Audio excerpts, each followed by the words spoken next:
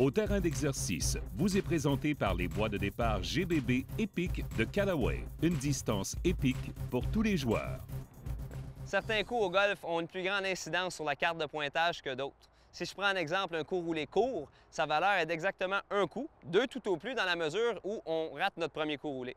Par contre, un coup de fosse de sable en périphérie du verre peut vous aider à sauver une normale, mais peut aussi vous coûter 2, 3 ou même 4 coups sur votre carte de pointage. Cette réalité triste que je partage avec mes élèves est suffisante pour les convaincre de devenir compétents dans les fosses. Et l'aptitude à exécuter des bons coups de fosse de sable autour du verre est le sous-produit à la fois d'une technique adéquate qui permet au wedge, ou plutôt au cocheur de sable, d'interagir avec le sable de la bonne façon et évidemment d'un peu de pratique. La bonne technique dans les fosses de sable débute par une bonne compréhension du design de votre cocheur de sable. Imaginez que votre wedge s'apparente à un couteau. On a une portion ici qu'on appelle tranchante et une portion aussi qui est plane nommée le rebond. Le rebond, c'est un angle. Cet angle-là est déterminé par rapport au sol et va permettre une belle interaction du cocheur dans le sable. La façon la plus efficace de faire agir le rebond dans le sable, c'est en ouvrant la tête du bâton un petit peu vers l'extérieur. Ça présente ainsi le dos de celui-ci. La deuxième chose, c'est plutôt lors de l'exécution. On veut s'assurer de laisser la tête de bâton dépasser la position des mains. Alors, si on utilise le rebond efficacement, que le bâton pénètre autour de 2 pouces derrière la balle, et avec assez de vitesse, il y aura donc une bonne rotation arrière qui permettra à la balle, lorsqu'elle tombe, d'arrêter rapidement et à proximité du trou.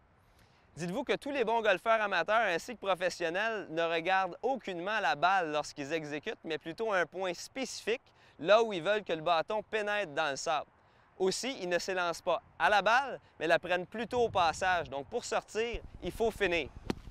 Pour une pratique efficace dans les fosses de sable, je vous conseille l'éducatif des boîtes.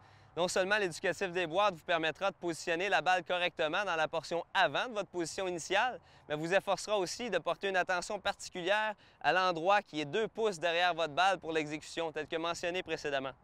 Tout d'abord, tracez une grande ligne sur une portion plane dans une fosse de sable.